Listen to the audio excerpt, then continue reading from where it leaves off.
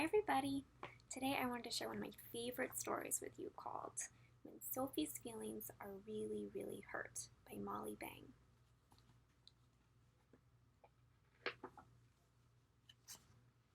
Sophie loves to paint. She also loves the woods.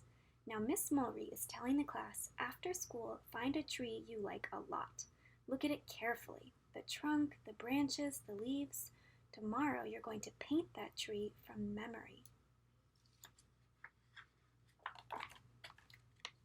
Sophie already has a favorite tree, a big beech in the woods by her house. Whenever she feels angry or sad, she climbs this tree and her anger and sadness melt away.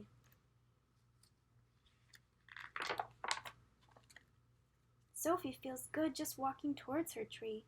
Her breathing is deep and slow. She looks at the beech tree carefully. The trunk is thick at the bottom and thin at the top, like a long triangle, and the branches go straight out and then curve.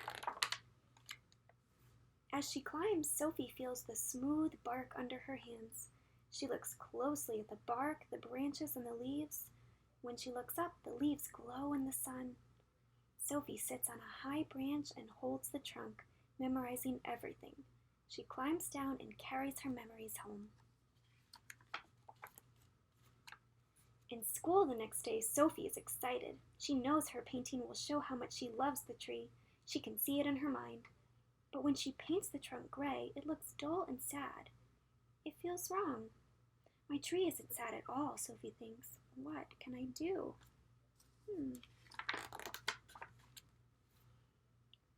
She paints her tree turquoise blue. Wow, not sad anymore. But now she has another problem. If the tree is blue, what color is the sky? Sophie paints the sky orange. Now the tree pops right out. The beech looks wonderful, the way it makes her feel, but plain green leaves look too dark. Sophie remembers how each leaf glowed in the sun. She tries yellow and mixes in some green. She even knows this color's name, chartreuse. Oh, there it is. Yes. How can she make the tree still more wonderful?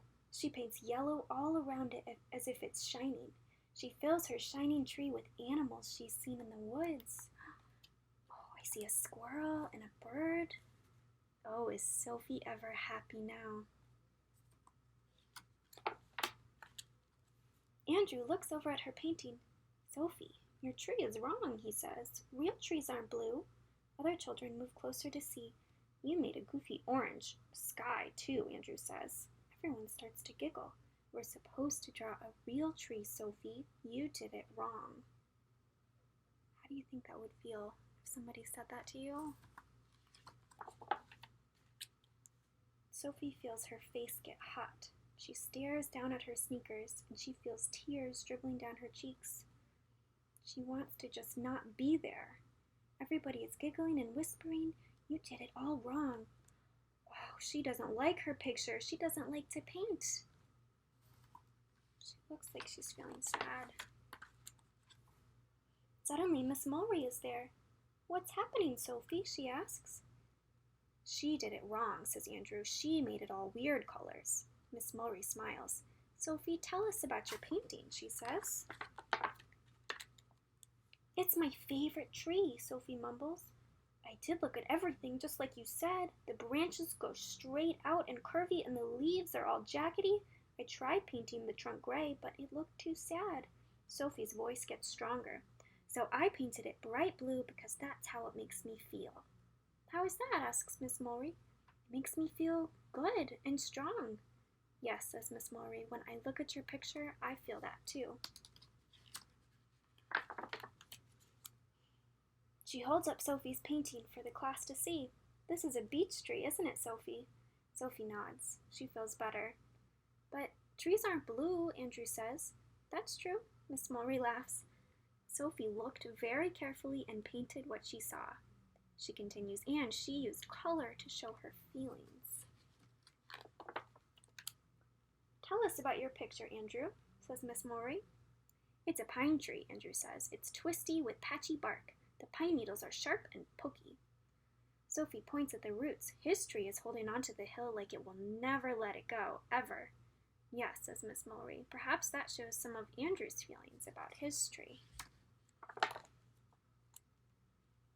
She holds up the two pictures. Both artists looked carefully at their trees and made very different and very special paintings.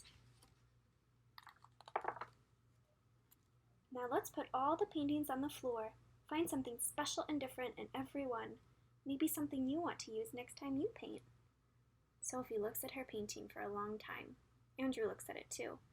Your blue tree does look kind of happy, he says. And I like how your tree holds on tight, Sophie replies. After school, Sophie walks to her beech tree. But she doesn't feel angry or sad or hurt anymore. Sophie loves painting, and she loves her tree. And she loves just being Sophie. What makes you feel better when you're feeling sad? Do you have a favorite tree? We'd love to hear.